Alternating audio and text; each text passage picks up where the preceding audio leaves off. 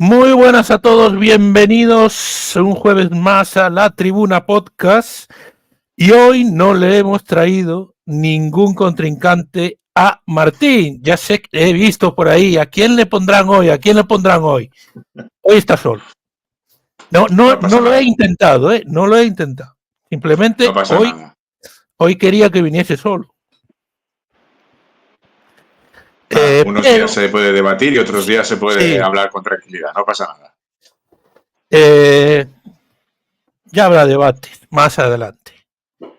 En los próximos debatimos. Muy bien.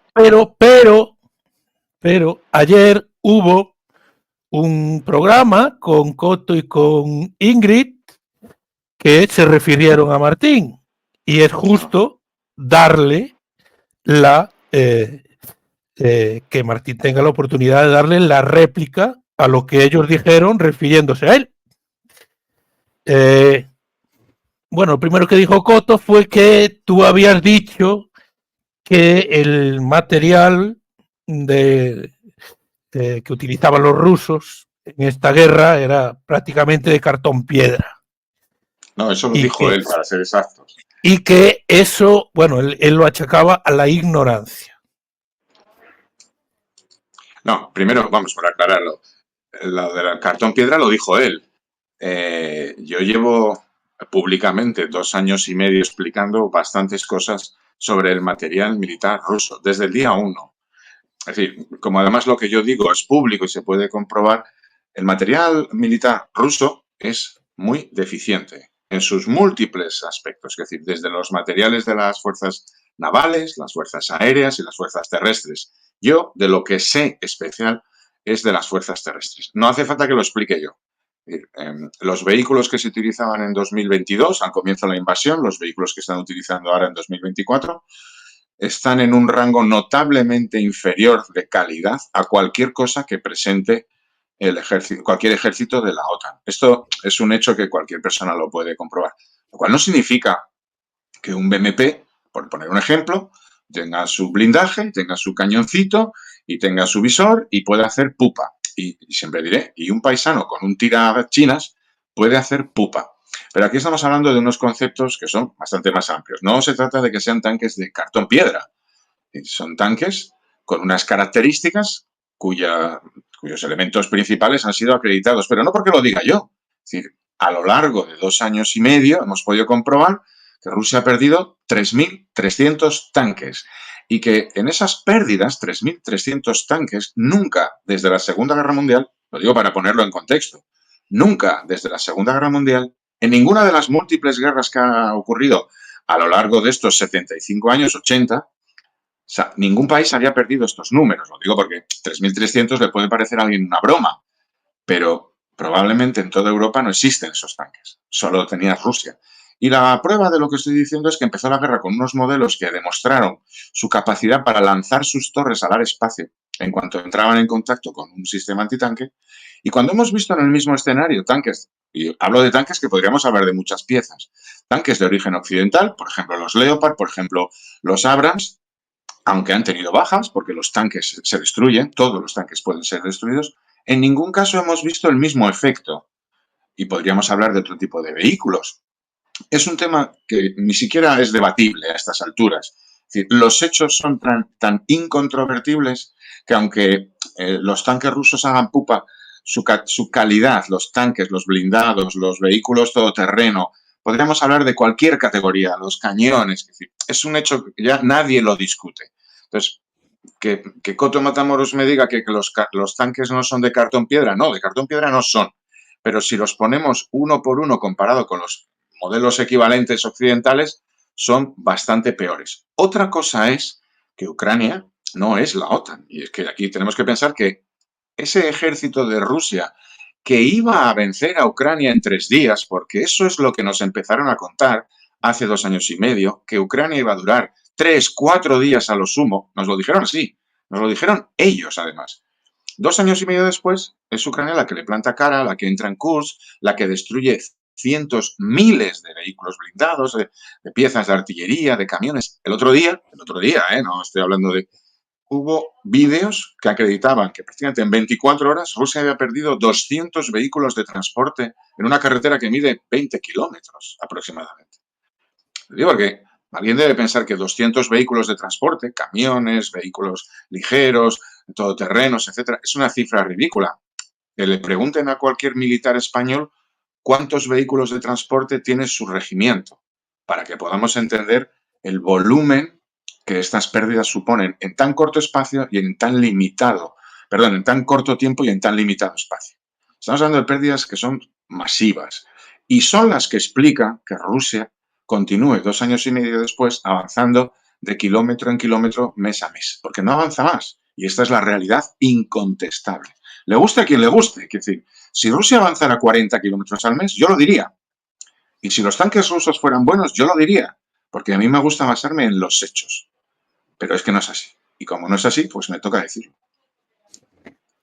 Otra cosa que decía es que le negabas que, que Ucrania era el número 1 en tráfico de bebés y en tráfico de órganos. Bueno, pero es que, a ver, es que yo creo que hay gente que no solamente se cree las mentiras de Moscú, sino que las difunde alegremente. Tráfico de bebé y tráfico de órganos. Yo vuelvo a decirlo. ¿Hay alguna sola prueba de este tipo de acusaciones? Es decir, también solo falta hablar de los alienígenas en el caso de Ucrania. Ya solo les falta a determinados altavoces del Kremlin de hablar de que Ucrania es una base secreta de los alienígenas. Porque el tamaño de las burradas que se han dicho, estas son unas de ellas, pero podríamos seguir hablando. Ucrania es un compendio de todas las maldades del mundo. Son todos nazis, son todos cocainómanos, trafican con bebés, trafican con órganos, son todos corruptos. Es que es un tipo de mentira tan sideral que yo creo que cualquier persona común se da cuenta de que por mucho que se infle el muñeco, eso solo demuestra la debilidad de los argumentos. Si hay que inventarse que un país es eso, que trafica con bebés, pero todo el país, alguna provincia en concreto, todos los habitantes de Ucrania, solo los ginecólogos, en concreto algún hospital, ¿hay alguna prueba? Cero pruebas. Cero pruebas por sistema. Son afirmaciones que se hacen, que ciertas amebas mentales reproducen sin dar ningún tipo de argumento o prueba y que se repiten y se repiten. Es un poco, la Tierra es plana y se repite. Pero hombre, no repitas que la Tierra es plana, demuéstranos que la Tierra es plana. Y entonces podremos empezar a hablar de igual a igual. Mientras se repitan eslóganes vacíos, que son simplemente además eslóganes construidos por la propaganda rusa y que algunas personas tienen mucho empeño en repetirlas 2 años y medio después. Bueno, es ridículo. Es que no hace falta ni desmentirlos.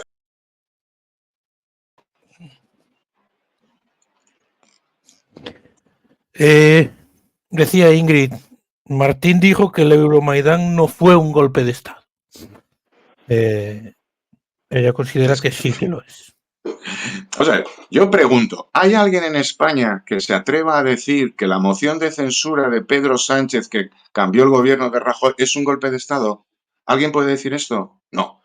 ¿Por qué? Porque es el uso del derecho constitucional que existe en España el que permite determinados instrumentos para controlar el Parlamento al Poder Ejecutivo. Esta es la realidad. Bien, en Ucrania, que no es igual que en España, que por supuesto lo utilizo como simple elemento de comparación, tenía otros instrumentos constitucionales, se aplicaron y el presidente que entonces estaba de Ucrania se dimitió y se fue y huyó a Rusia. Es decir, yo es que estas teorías de los golpes de Estado ejercidas por un parlamento contra el presidente, a mí me llaman la atención.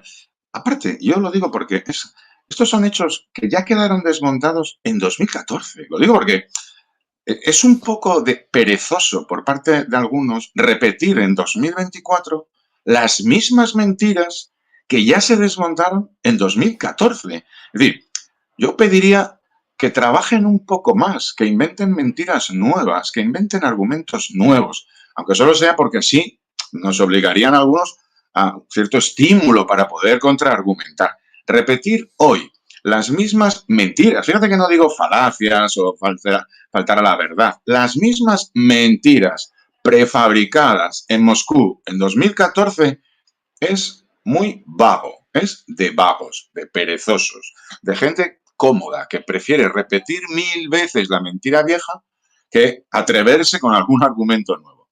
Que se le ocurren mejor, la verdad. Se quejaba Ingrid de que le dijeses a Joseda que los de Podemos eran pro-Putin. Que los de Podemos eran, es que no te entendí. Pro-Putin. Los de Podemos, pro-Putin, es que es evidente, pero no lo digo yo. Es decir, ¿hay alguien que me pueda acreditar con cualquier documento público de Podemos o cualquier intervención pública de Podemos cuando hablan de la guerra? ¿Por qué nunca en 2 años y medio ha habido alguna oportunidad?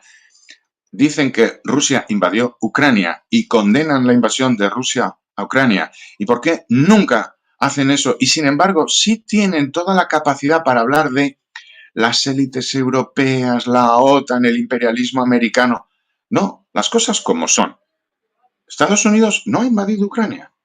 Rusia sí ha invadido Ucrania. Rusia sí ha cometido crímenes de guerra. Rusia sigue bombardeando todos los días. Es muy fácil compararlo.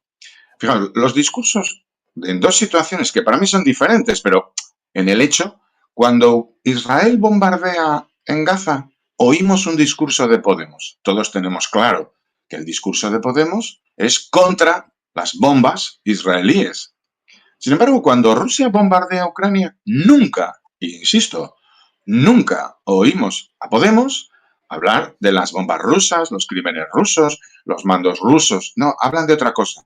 Hay que comprender, hay que llegar a la paz, etcétera, etcétera. Ese doble lenguaje frente a hechos que no tienen por qué ser iguales, pero tienen una esencia muy común, bombardeos, por entendernos, demuestra que son prorrusos, que no significa que Putin sea de Podemos, que no significa que ellos quisieran a Putin de gobernante. No lo quieren de gobernante porque, entre otras cosas, esta gente de Podemos duraría 15 minutos y medio en Rusia antes de ser encarcelados por Putin. Pero en Podemos viven como si viviéramos todavía antes de la caída del muro. Quiero recordar que el muro se cayó en noviembre de 1989. Creen en Podemos que por vivir en el Kremlin, que durante 70 años tuvo una estrella roja y una bandera roja sobre su cúpula, creen algunos de Podemos que todos los que viven en el Kremlin siguen siendo como ellos. Y no es así. ¿No se han dado cuenta que el régimen de Putin no es un régimen comunista, ni fascista, ni de derechas, ni de izquierda? Es un régimen totalitario al servicio de una sola persona. Hay una frase, yo se la he leído, creo, me gustaría citarlo correctamente, a Xavier Colás. Todas las dictaduras tienen un servicio secreto. Solamente el servicio secreto ruso, KGB, creó su propia dictadura. Esta es la clave.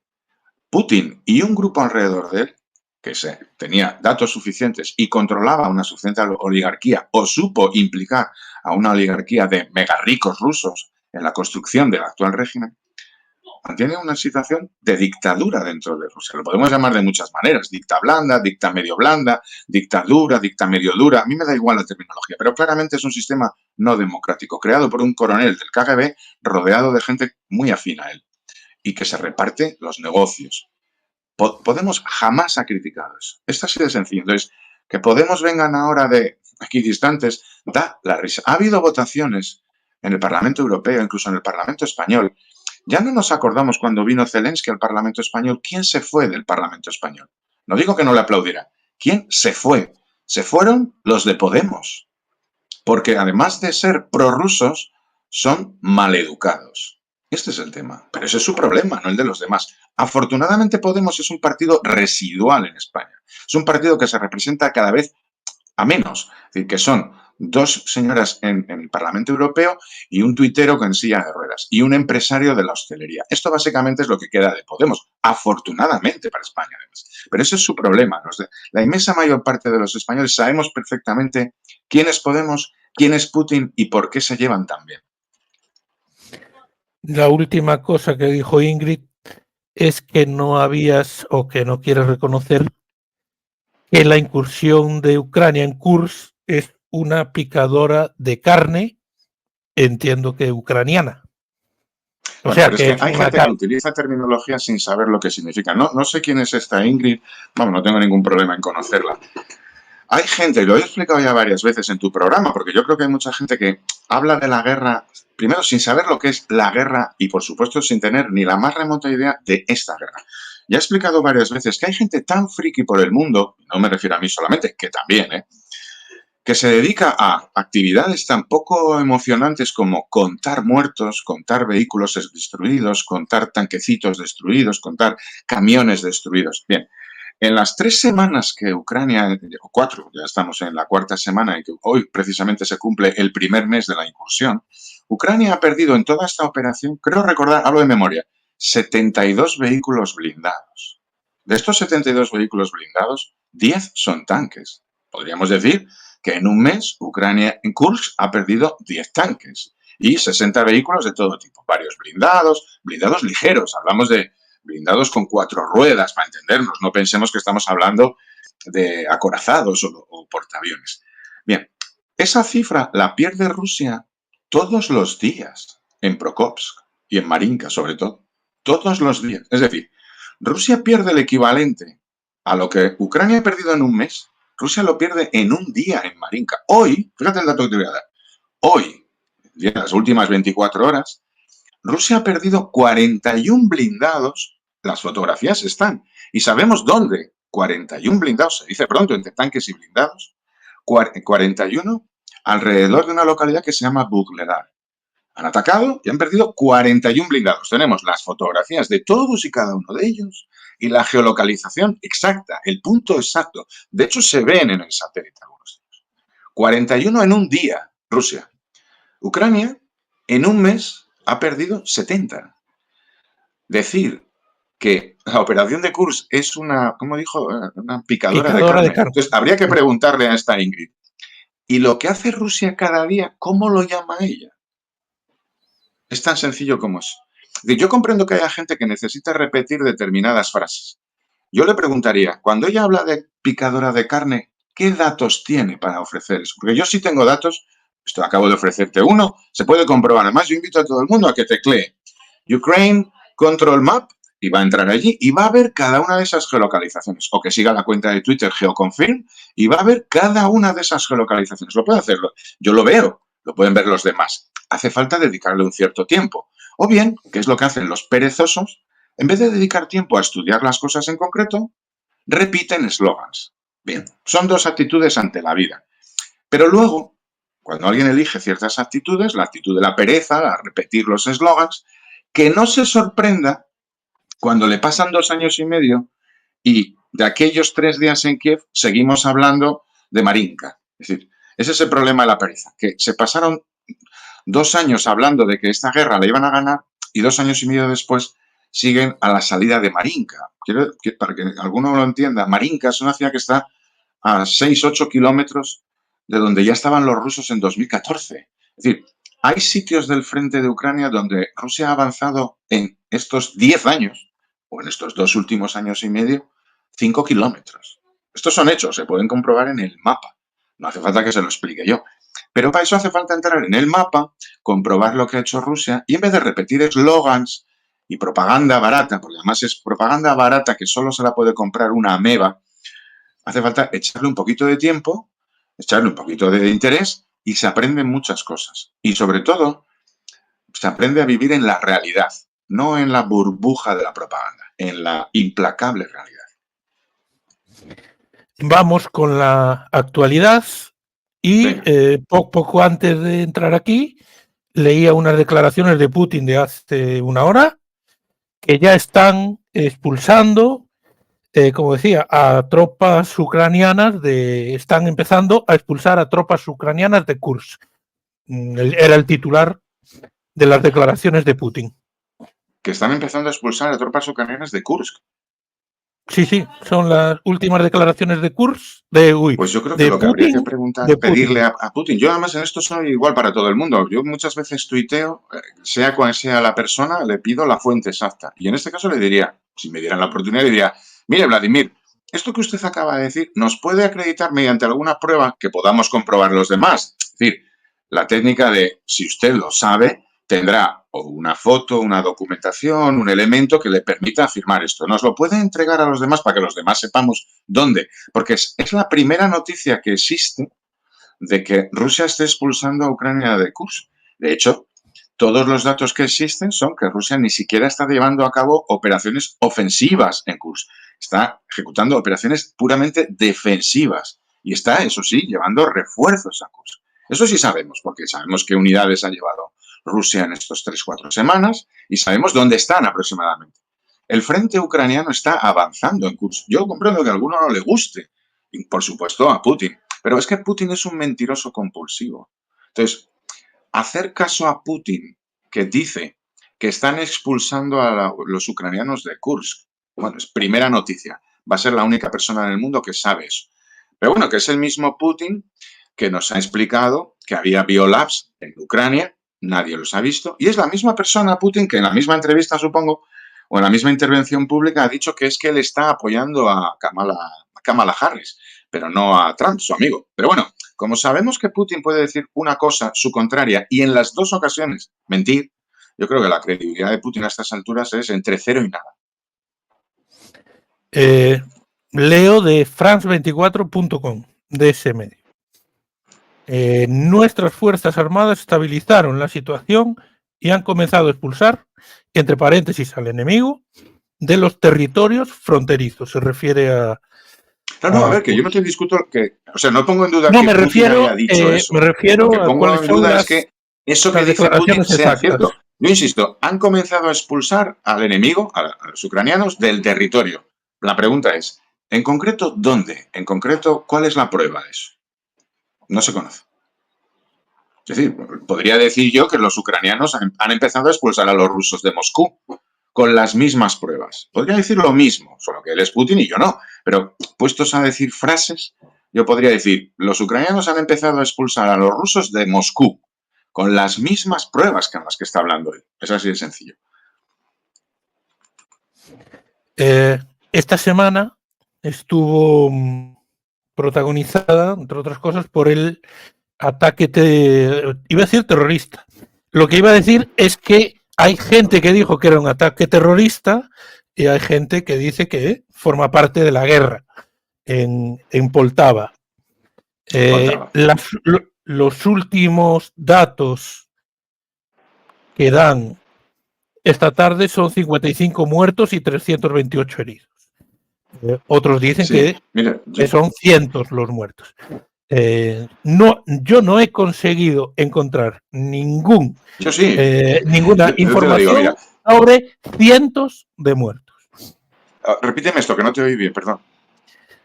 Que los últimos datos dicen 55 muertos y 328 heridos de esta tarde. Y que yo no he conseguido encontrar ninguna información sobre que sean cientos los muertos, como se ha dicho.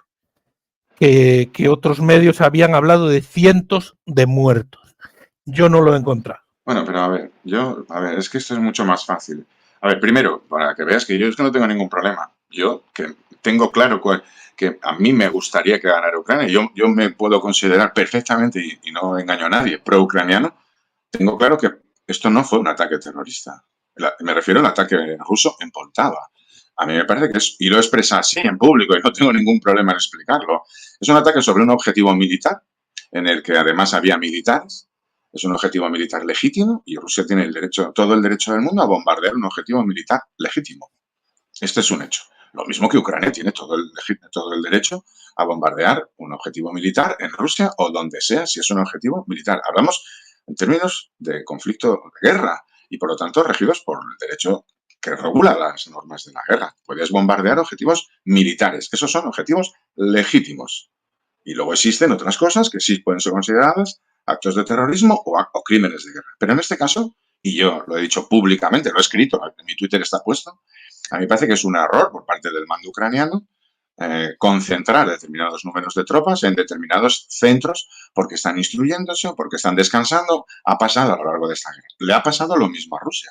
Podría haberle pasado incluso a Estados Unidos o cualquier otro país. Hay que entender que en una guerra el enemigo no es tonto ni es lelo y está a lo suyo. Le puede salir mejor las cosas unas veces o otras, pero va a intentar matar. Y en esta ocasión, a diferencia de otras, Rusia ha atacado un objetivo legítimo. Os puede parecer, yo que soy pro-ucraniano, a mí me puede parecer triste que mueran 55 personas, la inmensa mayor parte de los cuales son militares, porque además los nombres son los que son. Quiero decir, no son niños los que han muerto en este atentado, en este ataque concreto.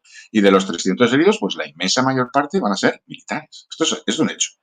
Por lo tanto, aquellos que hablen de ataque terrorista para este ataque concreto tendrán que aplicarse el mismo cuento cuando Ucrania bombardee una instalación militar rusa.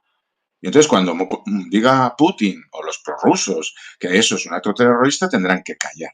Las reglas son para todos. La carretera que va, yo lo he repetido mucho en esta guerra, la carretera que va de Belgorod a Kharkiv es la misma que va de Kharkiv a Belgorod.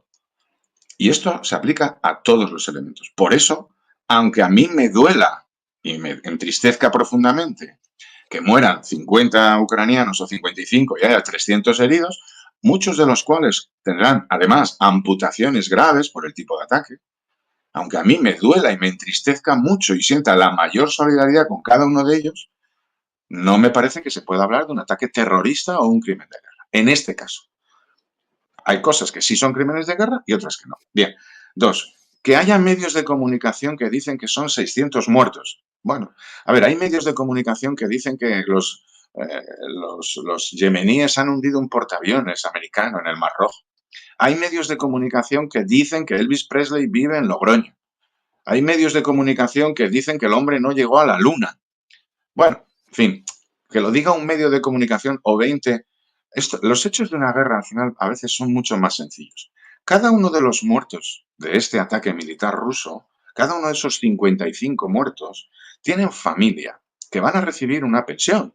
Luego, el gobierno ucraniano va a tener que poner en algún sitio, en una normativa, en un reglamento, en un acto administrativo, los nombres y apellidos de cada uno de los muertos.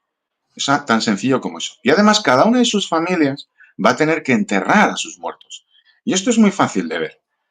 Cuando salgan los nombres, veremos si son 55 o 600. Mi experiencia a lo largo de estos 2 últimos años y medio es que el gobierno ucraniano es bastante exacto. No digo al 100%, porque es muy difícil ser exacto al 100%. Siempre se puede haber errores. Pero en general, cuando el gobierno ucraniano reconoce 55 muertos, fíjate que Zelensky a las pocas horas reconoció 41, luego subieron a 46, luego a 51 y ahora a 55. Parece un proceso bastante lógico que en el curso de 48 horas, a medida que se va sacando todos los restos del edificio que ha sido atacado, las cifras crezcan. Pero alguien dice que hay 600. Tendría que explicar dónde están los 545 cadáveres que no han aparecido, que los han escondido bajo tierra los ucranianos, los han sacado por una nave espacial. ¿Por qué 600 y no 6.000? ¿De dónde sale la cifra 600? ¿Quién la justifica? ¿En base a qué datos? Y no me vale, no es que lo dice un ucraniano, no es que lo dice un francés. Los datos, los nombres, las unidades a las que pertenecen. ¿Quiénes son esos 600? ¿Dónde están los datos? Los datos es lo que importa, los hechos, no lo que dicen algunos, sino los hechos que se pueden comprobar. Eso es lo que marca la verdad o la mentira. Después, al día siguiente, Rusia lanzó un ataque sobre Leópolis,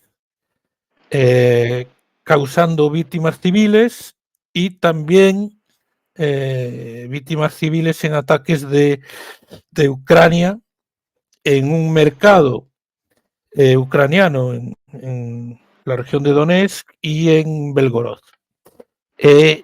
Estos ataques de Rusia, tanto en Poltava como en Leópolis, ¿crees que vienen como consecuencia de la incursión ucraniana en Kursk?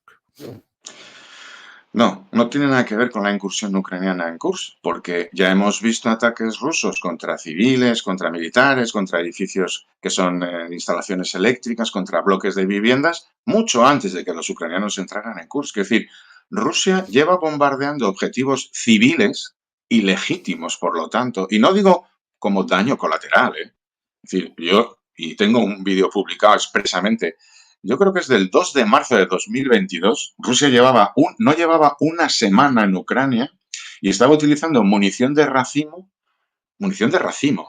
en el centro de Kharkiv. Lanzaban, además con los lanzadores de múltiples, que eran Grad. Quiero decir, munición de racimo que está expresamente prohibido por los tratados internacionales utilizarlo en zonas urbanas, y están los vídeos para verlo. Yo tengo subido ese vídeo y además es un vídeo que se retuiteó mucho porque era una prueba, y creo que hablo de memoria, no me acuerdo si era el 2 o el 3 de marzo de 2022. Bien, Rusia lleva bombardeando Ucrania y bombardeando objetivos ilegítimos, bombardeando civiles, instalaciones civiles, edificios residenciales civiles, donde no había ningún civil, hospitales, escuelas, museos. Lo ha bombardeado todo lo que le ha dado la gana, por dos motivos. Uno, porque sus fuerzas armadas tienen bastantes problemas de puntería. Este es uno de los motivos. Dos, es el motivo principal. Porque les da igual, porque no diferencian, porque cuando fallan en el frente o cuando no les va bien la guerra, en general, no tiene nada que ver con Kursk o con Marinka, no tiene que ver con nada en concreto, es su filosofía de la guerra. Cuando no les va bien la guerra en el frente, castigan a la gente que hay detrás del frente.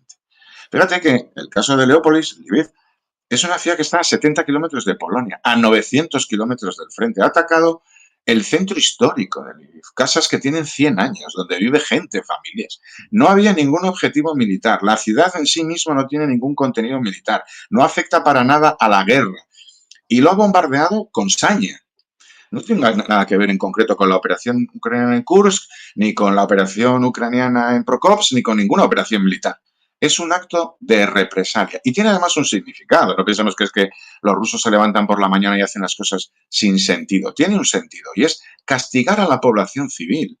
Porque después de 2 años y medio es lógico pensar que hay mucha gente en Ucrania cansada de la guerra, cansada de levantarse todas las mañanas, oír las sirenas de alerta de ataque de misiles, que les falten muchas cosas, que familiares suyos tengan que estar combatiendo, que tengan que estar dentro de una guerra.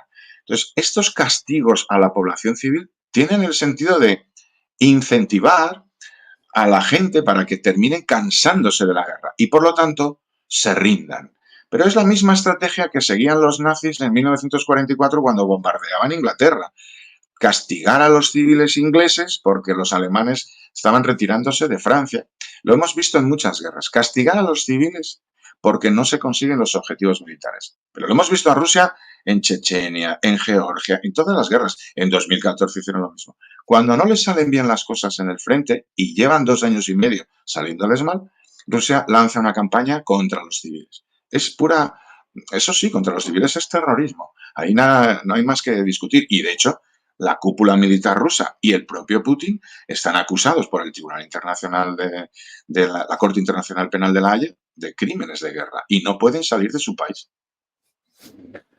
En Lviv murieron una madre y sus 3 hijas, o 3 hijas.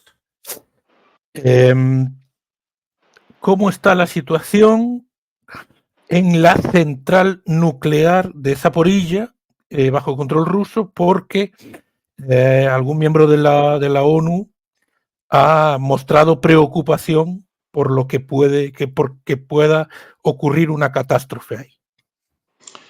Bueno, a ver, yo no sé cómo está la situación. Digamos, yo no tengo conexión ni con los de la OIAM, ni con los rusos ni con los ucranianos. Lo que tenemos claro todos, desde que Rusia entró en una central nuclear ucraniana disparando, porque esto sí, yo creo que hay gente que tiene poca memoria. Yo sí recuerdo cómo entraron los rusos en la central nuclear ucraniana de Zaporilla. Fue con vehículos blindados y disparando. Desde aquella fecha, creo recordar de memoria, a finales de marzo de 2022, los rusos han utilizado la central nuclear de Zaporilla como almacén de sus propias armas. Es decir, tienen decenas de camiones, sistemas antiaéreos, artillería dentro de las instalaciones nucleares. Algunas incluso en zonas, digamos, sensibles. Han salido fotos y se han visto imágenes de medios militares rusos escondidos dentro de las instalaciones. Bien, eso por un lado, no tenemos ninguna duda porque son públicas, no creo que venga nadie a negarlo o a decir que los ucranianos metieron un camión ruso con uniformes rusos y con soldados rusos para poder hacer una foto, ¿no? Son hechos que no tienen discusión. Desde entonces lo que sabemos es que cuando Rusia tiene problemas en el campo de batalla, sus principales portavoces, oficiales o medio oficiales, empiezan a hablar de problemas en la central nuclear de Zaporilla. Es una especie de vaso comunicando. Cuando atacan y les va bien, no tienen ningún... La central nuclear de Zaporilla parece que no existe. Solo cuando les va mal, y por eso es periódico, empiezan a surgir noticias sobre la seguridad de la central nuclear de Zaporilla. La central nuclear de Zaporilla es completamente segura y lo único que lo hace inseguro es que los rusos estén dentro. Si la Organización Internacional de la Energía Atómica de verdad tuviera interés en, digamos, dejarnos a todos tranquilos, puede exigir a Rusia que sus fuerzas militares abandonen esas instalaciones y hacerse cargo directamente ellos con una misión internacional. Si es que sería muy sencillo.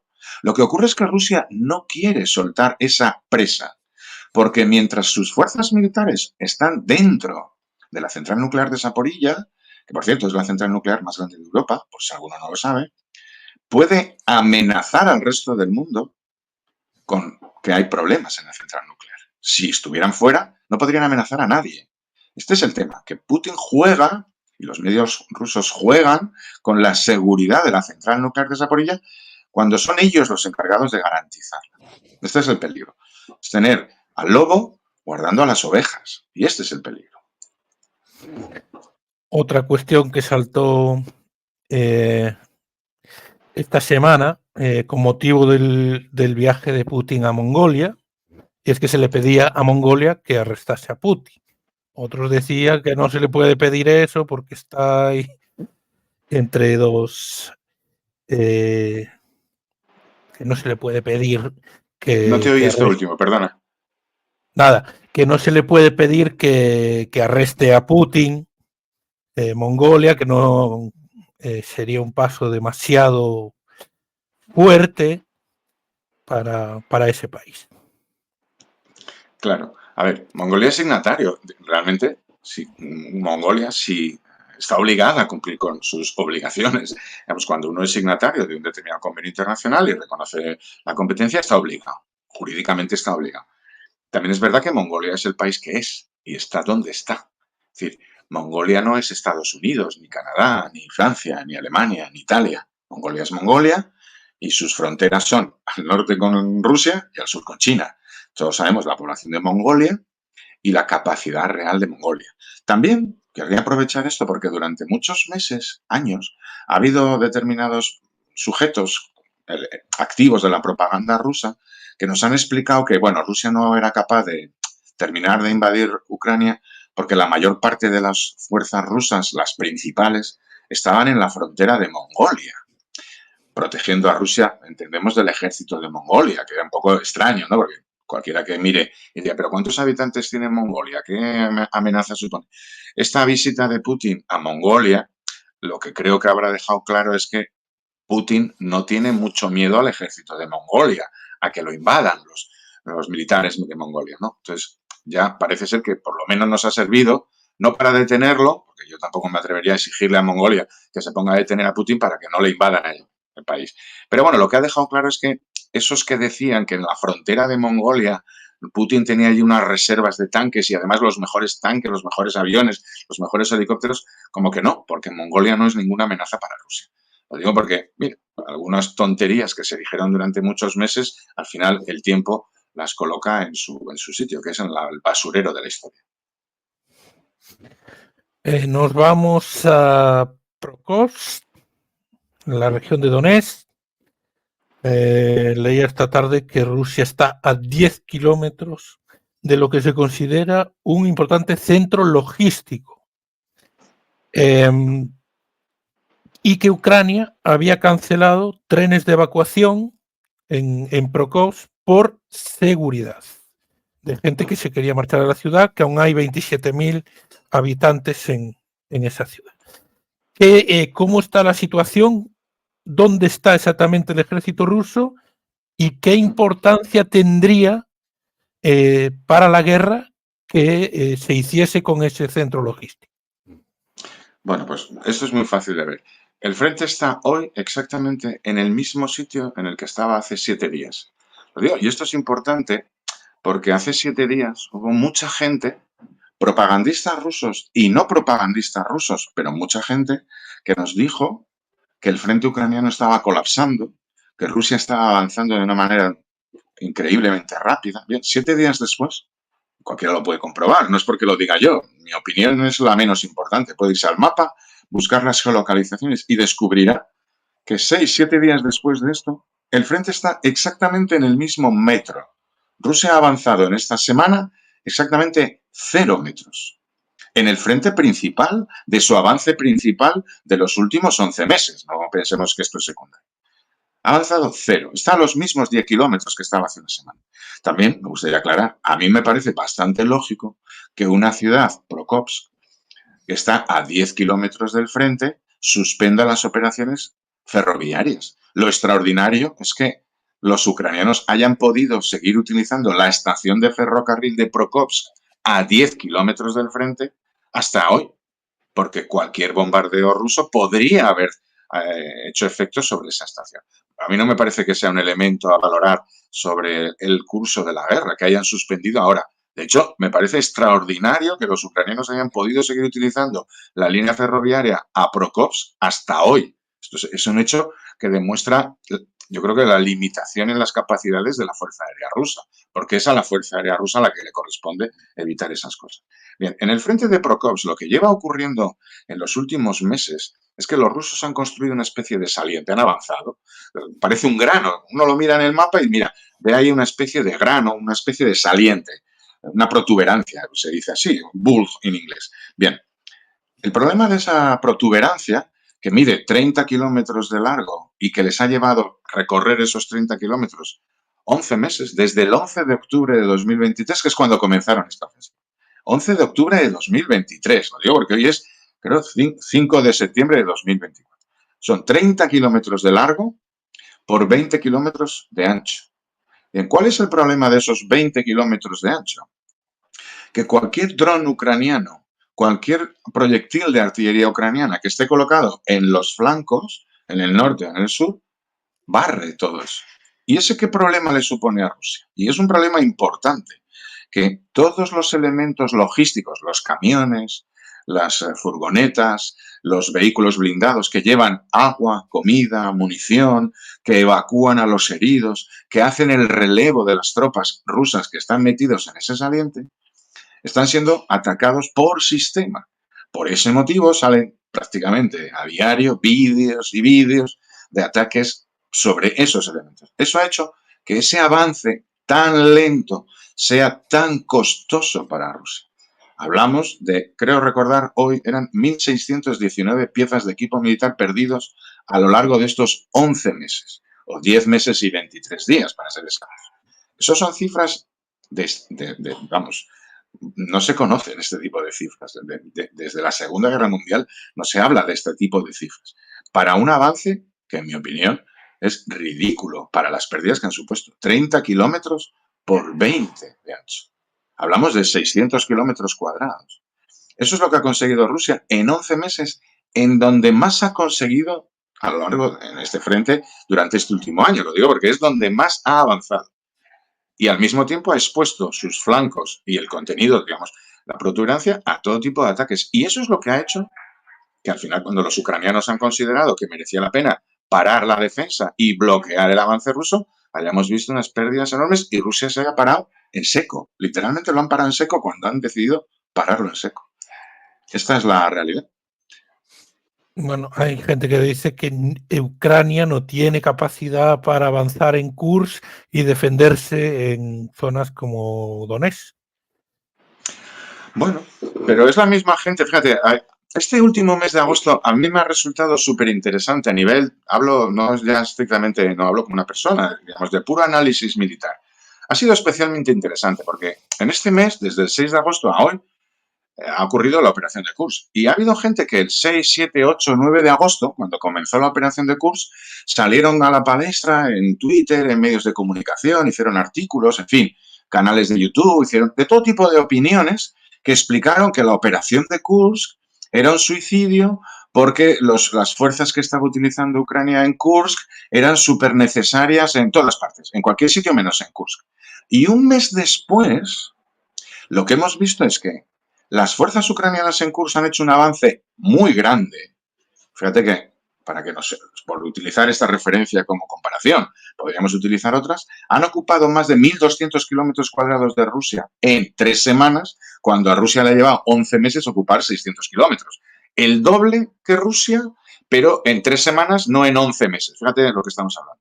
Bien, sin tocar las tropas de Kursk y haciendo rotaciones en Kursk, las fuerzas de Ucrania han conseguido parar en seco las fuerzas rusas, los avances rusos que se hacían en Prokopsk. Luego, no son vasos comunicantes. Pero es que además, las fuerzas rusas que se estaban utilizando en Marinka, por otro sector que está en el frente del este, tampoco han avanzado nada. Pero es que las fuerzas rusas que estaban atacando en Chasiv Yar, un sector un poco más al norte, a la salida de Bakhmut, tampoco han sido capaces de avanzar. Pero es que las fuerzas rusas que estaban atacando en Vovchansk desde hace 4 meses tampoco han sido capaces de avanzar. Es decir, Ucrania ha ejecutado su operación ofensiva, ha hecho mucha pupa al ejército ruso y al prestigio de Putin dentro de Rusia, ha obligado al redespliegue de hasta entre 25 y 30.000 rusos a Kursk, y los rusos no han sido capaces de aprovechar ese mes o esa presunta falta de recursos para avanzar más. De hecho, están parados hoy.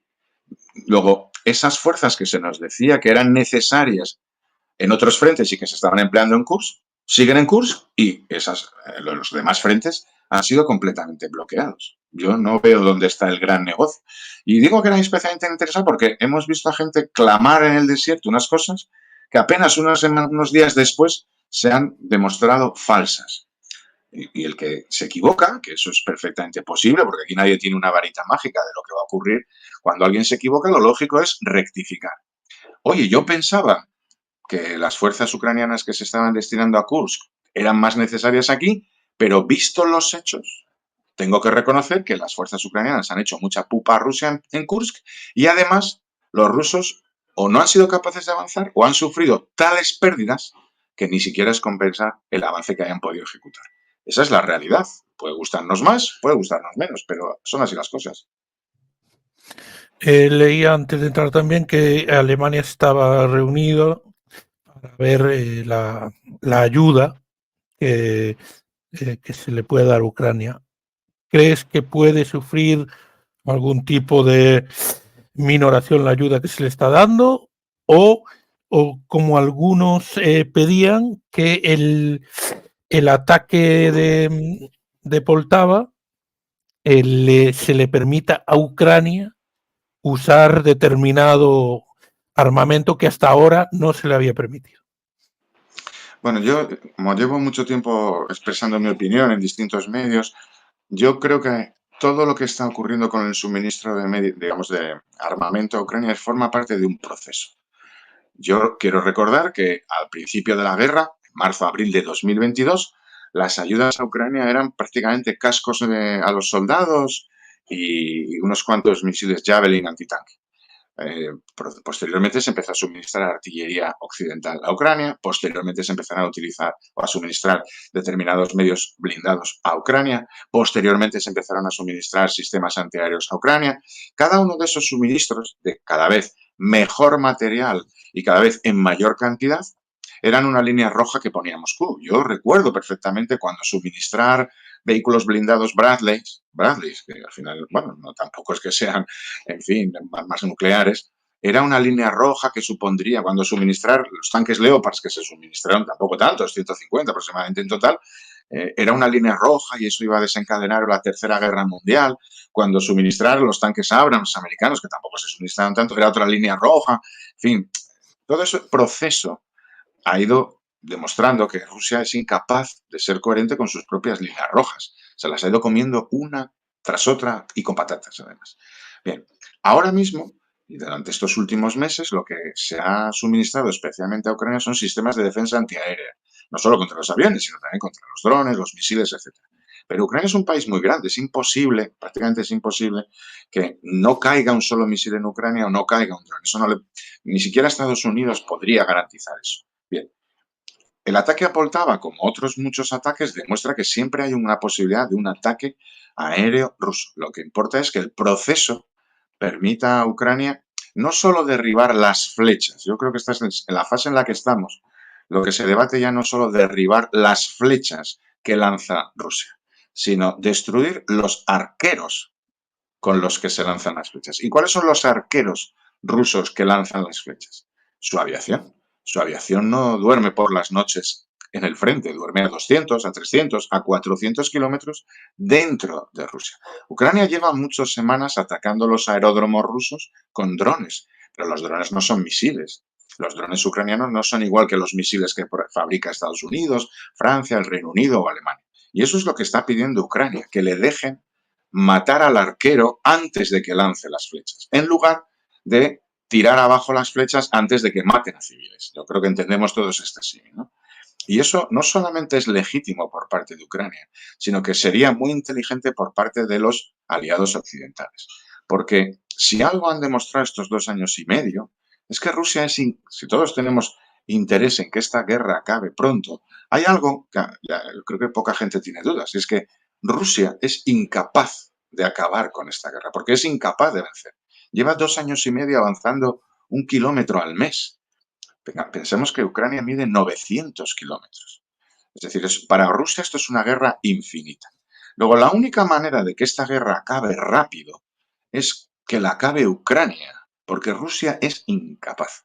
Y la manera de que Ucrania sea capaz de acabar con esta guerra es darle las herramientas necesarias para destruir los pocos elementos que tiene Rusia con ventaja sobre Ucrania, que son los arqueros con los que bombardea, por ejemplo, civiles en Lviv. Y eso necesita misiles. Entonces, esos misiles que alcancen 300, 400 kilómetros o 500 kilómetros en el borde, digamos, de la frontera ucraniana. Es decir, los aeródromos rusos desde los que nacen o parten los aviones que bombardean Ucrania, es lo que hay que destruir para que Rusia no tenga la capacidad de matar civiles en Ucrania. Yo creo que es una cosa que a cualquiera se le ocurre. Sin embargo, como esto todo forma parte de un proceso, es muy lento, porque primero tiene que admitirse, luego tiene que negociarse, luego tiene que empezar el suministro, y en eso pasan meses y años. Y mientras pasan esos meses y años, muchas personas inocentes, civiles, mueren en Ucrania. Y esa es la mayor de las injusticias que se está cometiendo con Ucrania. No dejarle golpear en los mismos términos en los que golpea Rusia, con la diferencia de que Ucrania debe utilizar esos recursos contra objetivos militares, aeródromos, bases, almacenes de munición, en fin, centros de mando y control, sistemas de radar. Es ahí donde debe hacerse pupa a Rusia y es donde le hace pupa. Estamos en plena guerra y en plena guerra Zelensky ha decidido remodelar el gobierno. El nuevo ministro de Industrias y Estrategias, Herman Smetanin, es un ingeniero, quiere potenciar la realización de armas Zelensky en Ucrania. A ver, yo primero tengo que decir que la política ucraniana ni conozco y añadiría, ni me interesa. Quiero decir, yo no sé, fíjate lo que voy a decir, no sé ni el partido de que es Zelensky, ni sus ministros, no sé si son de izquierdas, de derechas, del extremo centro. La verdad, me interesa muy poco. Es verdad que la política lo impregna todo, pero yo creo que lo esencial de Ucrania, al margen de que hayan cambiado un ministro por otro, yo hasta cierto punto entiendo que tiene que ser agotador ser ministro de Ucrania en cualquier cartera con los enormes problemas que supone estar soportando durante 2 años y medio bombardeos, ataques, invasiones, en fin, todo tipo de problemas. Tiene que ser agotador. Comprendo que haya gente que diga, oye, hasta aquí llegué. Comprendo incluso que haya determinadas cosas que tienen que cambiar. Todo mi análisis sobre la política ucraniana llega hasta ahí. Ahora, lo que sí tengo claro, porque ponías el ejemplo del ministro de Industria, Ucrania es fundamentalmente ha sido siempre ha sido, y es que tenía una industria militar, incluso durante los últimos años, muy importante. ¿Qué está ocurriendo con la guerra? Pues que ha tenido, por necesidad de esa virtud que ya tenía, lo digo porque las plantas de armas, de armamento de todo tipo que había, por ejemplo, en Kharkiv, eran enormes. Es que Kharkiv ha sido siempre una de las de los corazones industriales de la entonces Unión Soviética. No creamos que es que en Ucrania todo el mundo se dedica a cultivar girasoles. Entonces, que esas industrias militares se hayan puesto al servicio de las necesidades militares ucranianas es evidente.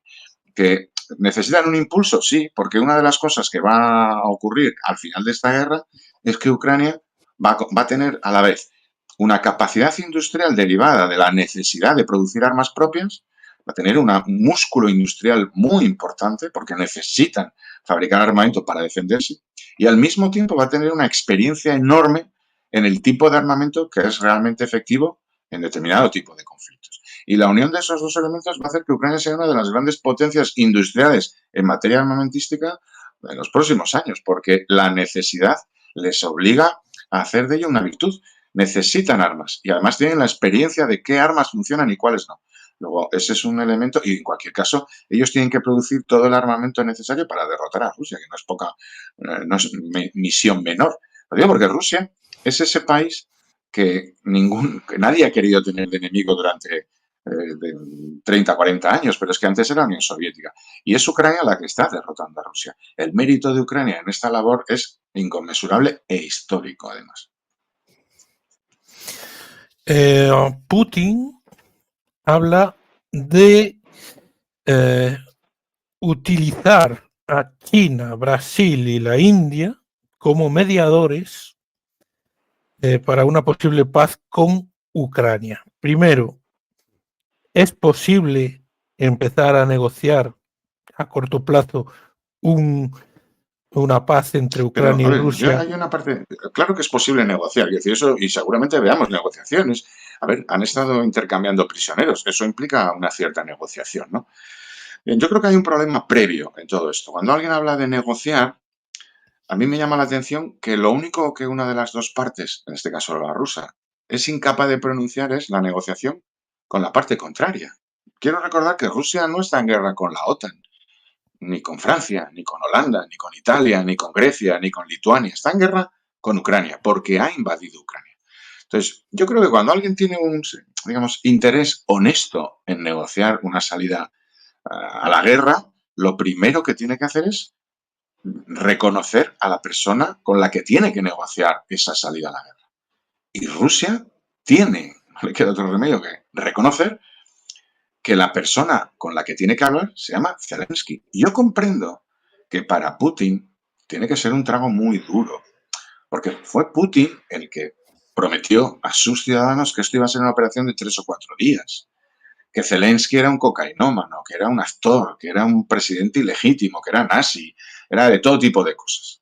Y 2 años y medio después, 2 años y medio, tener que sentarse en una mesa con Zelensky, Putin, que es un tipo vanidoso, que por sistema hace esperar a todo el mundo, que siempre es displicente con todo el mundo, tener que negociar, sentarse en la misma mesa, reconocer de igual a Zelensky y, por lo tanto, Rusia reconocer de igual a igual a Ucrania, cuando lleva 10 años vendiendo la propaganda de que Ucrania no existe, que los ucranianos son rusos, que los ucranianos, lo que hablábamos antes, venden bebés, trafican con órganos, son todos cocainómanos, en fin, toda esta morralla propaganda.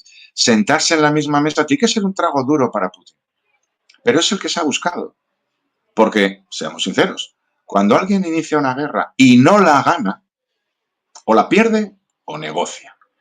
Si Rusia no quiere perder la guerra estrepitosamente y que se vea que los echan a gorrazos de Ucrania y quiere, sinceramente, negociar, tiene que sentarse en la mesa con la otra parte. Y la otra parte, insisto, no es la reina de Suecia, ni es el presidente de Honduras, es el presidente de Ucrania y se llama Zelensky. Entonces, en vez de buscar gente en Brasil, en la India, en Mongolia, lo tiene fácil. Coge el teléfono, llama a Zelensky y le dice: Zelensky, tenemos que hablar, porque esta guerra se alarga mucho y ya veo que no voy a poder echarte del poder. ¿Cómo podemos negociar? Bueno, esto es muy fácil. El que inició la guerra, que llame y pregunte cómo podemos terminarla. Pero tiene que hacerlo con la persona que tiene la capacidad de ordenar a las Fuerzas Armadas de Ucrania. Y ese es Zelensky. Le guste a Putin o no. Es así de sencillo. Estados Unidos hace pocas horas ha acusado a funcionarios de inteligencia rusos de ciberataques contra Ucrania y amenazan con tomar medidas legales Estados Unidos. ¿Qué importancia podrían tener estos ciberataques si alcanzan los objetivos que puedan tener? Bueno, esos ataques, ciberataques, que no son solo ciberataques, porque bueno, todos pensamos que ciberataques es entrar en una página web. A ver, eso es notorio, evidente, ya se ha comprobado con anterioridad y cualquiera que está en redes lo comprueba. Hay múltiples operaciones de desinformación. Aquí hay una parte que no se, hay gente que no lo quiere entender. La desinformación, y en ruso eso se llama directamente medidas activas. Forma parte de la doctrina militar rusa desde hace décadas. Es que hay gente que está descubriendo hoy lo que está en todos los libros de la doctrina militar rusa desde hace, y incluso soviética, desde hace décadas. A ver, se ha descubierto, o lo que ha salido recientemente es que RT, Russia Today, el conglomerado de medios de comunicación estatales que fue prohibido hace 2 años y medio, y hubo gente que protestó, había creado toda una serie de redes de cuentas falsas que estaban siendo operadas nada menos que por el FSB. Eso por un lado. Y a partir de ahí hay dos personas, dos responsables de Russia Today, que han sido, digamos, acusados, indicted en terminología americana, desde el Departamento de Justicia. Nombres y apellidos, no estamos hablando de... y al mismo tiempo hay un grupo, creo que son 6 agentes del GRU, que es la inteligencia militar rusa, que han sido oficialmente acusados de realizar actividades de hackeo. Pero es que al mismo tiempo, y no hace tanto en España, hemos tenido ocasión de conocer que había un agente del GRU, se llamaba en nombre español Pablo González, en nombre ruso Pavel Rusov, que llevaba años actuando como periodista para distintos medios, como por ejemplo La Sexta, como por ejemplo había varios medios de comunicación vasco, incluso ha estado en varios canales de YouTube, hablando como periodista y como analista y explicando a determinada gente determinadas cosas que querían escuchar. Y era la voz de su amo, era un agente del GRU. Además, no hacía falta ser agente de la CIA para darse cuenta. Era un discurso muy habitual y siempre tirando hacia la propaganda rusa. Es decir, que Rusia o las distintas agencias dentro de la estructura estatal rusa llevan a cabo campañas de desinformación es evidente, pero es que ya las hubo en las anteriores elecciones presidenciales americanas. El problema es que ahora vienen otras elecciones presidenciales americanas y determinados activos legales o ilegales rusos son más manifiestos porque son más activos. Se ha descubierto, por ejemplo, una de las operaciones que hay, me parece que son 4 youtubers con millones de seguidores americanos que estaban siendo financiados directamente a razón de $100.000 el programa por empresas de un tinglao montado precisamente por fuerzas estatales, digamos, organizaciones al servicio directamente del Kremlin, por orden directa. Es decir, estaban actuando como propagandistas de Putin, porque cobraban de la caja de Putin. Entonces, pero eso no es novedoso. En España tenemos gente que lleva 2 años y medio contándonos milongas, que había biolabs, que los ucranianos son nazis, que en Bucha no hubo asesinatos, que las fosas de Izium nunca existieron, que en Ucrania se trafican con órganos, con bebés, con drogas, con mujeres. En fin, nos han estado contando milongas, pero y siguen haciéndolo.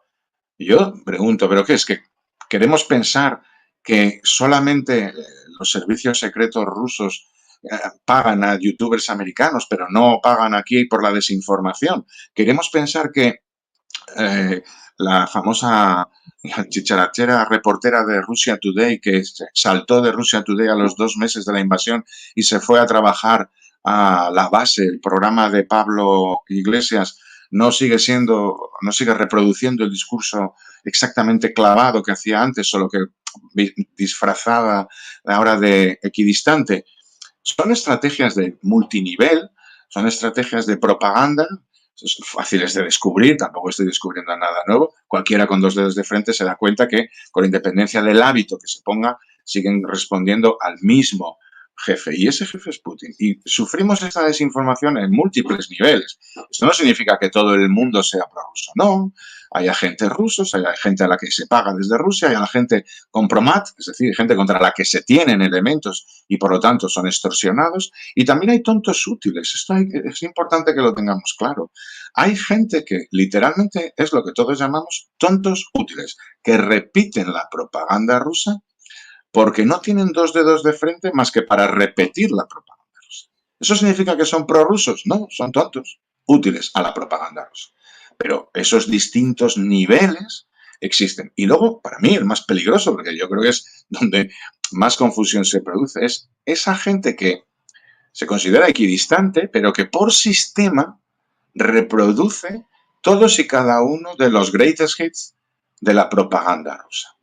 Y se consideran equidistantes porque ellos no se comprometen ni con Ucrania ni con Rusia, porque ellos solo se preocupan de lo español, de la frontera sur, de esta gente que hace un discurso muy patriotero español, pero también muy patriotero francés, pero también muy patriotero alemán, pero también muy patriotero americano, que solo se preocupan de lo suyo, pero siempre, cuando tienen que manifestarse, al final hablan de Putin, el presidente de Rusia, y Zelensky, ese cómico que está en Kiev. Lo digo porque al final vamos siempre dando a la misma pauta. Entonces, esa gente que habla no de Ucrania, sino de Kiev, pero sí muestra mucho empaque para hablar de Rusia y que tenemos que entender a Rusia, por mucho que se disfracen de equidistantes, están sirviendo a la propaganda rusa.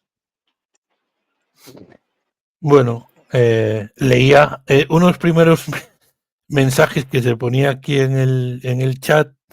Es que te pagaba el MI 6, Sí, ¿no? y quiero confirmarlo además. Fíjate, te lo voy a confirmar a ti en público. Mira, a raíz de esta guerra, yo he tenido un problema muy serio y es que ya no sé en qué país tributar. Tengo un problema porque entre lo que me paga la CIA de Langley, lo que me paga el MI5 de Londres, entre lo que me paga el Mossad israelí y lo que me paga el SBU ucraniano, ya no sé dónde tributar. De hecho, no sé si comprarme más mansiones por el resto del mundo o hacerme algún tipo de implante capilar en Turquía. Lo digo porque a mí me pagan mucho. Sí, me pagan mucho. Pueden revisar mi declaración de Hacienda. Yo la hago todos los años y se puede ver a mí lo que me paga todo el mundo. Insisto, cree el ladrón que todos son de su condición. Lo que está acreditado es gente que cobra. Lo hemos visto todos, gente que tiene programas de YouTube y que aparece allí una bandita diciéndole, te hago una donación de 500 euros, una donación de 400 euros. Que eso lo hemos visto todos. Oye, si a ti te ha llegado una donación de 400 euros o 500 en lo que hemos estado hablando, va a ser la primera noticia que tengo. Yo he colaborado con muchos medios y además lo he dicho siempre. Yo llevo 2 años y medio en Twitter haciendo cosas. Creo que en algún sentido algo positivo habré aportado.